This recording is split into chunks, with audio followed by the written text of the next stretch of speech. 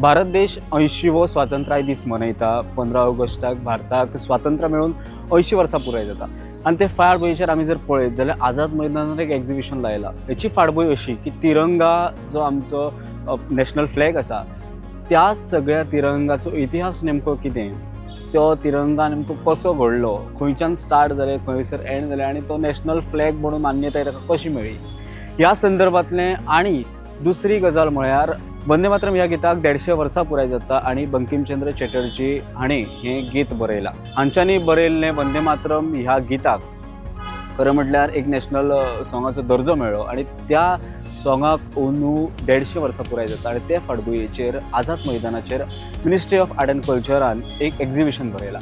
तें एक्झिबिशन आमी जर पळयत जाल्यार सगळो नॅशनल फ्लॅगाचो सगळो इतिहास नेमको खंयच्यान स्टार्ट जाल्लो म्हणजे 19व्या शतकात 20व्या शतकांतल्या स्टार्टिंग पासूनचो एंड मेरेनचो सगळो प्रवास, तो नॅशनल फ्लॅग कसो जालो, खंयचे नेमके कोणी कोणी त्या नॅशनल फ्लॅगाक हातभार लायलो ह्या सगळ्याचो इतिहास ह्या एक्झिबिशनात लायिल्लो आसा। आनी दुसऱ्या वटेन बिपिनचंद्र चॅटर्जीन जे नॅशनल सॉंग बरयलां जे आमी आतां म्हणटात वंदे मातरम, खरें म्हटल्यार आमी जर पळयत जाल्यार वंदे मातरम ह्या सॉंगाचो एक कडवो आमकां सगळ्यांक पाठ आसतालो।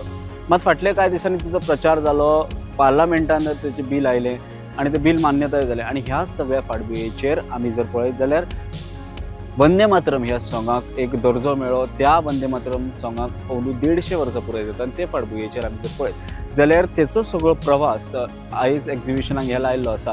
हें एक्झिबिशन आझाद मैदानाचेर आसा आनी एक्झिबिशन खरें म्हळ्यार 17 तारीख मेरेन चलतलें।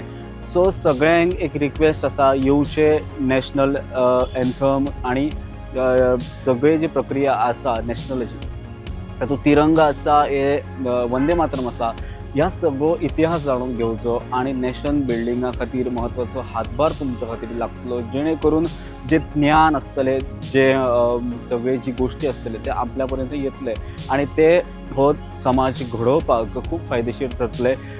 साहिल मांद्रेकारा वांगडा हांव साहिल नागुळकार, पणजे आझाद मैदान आसा।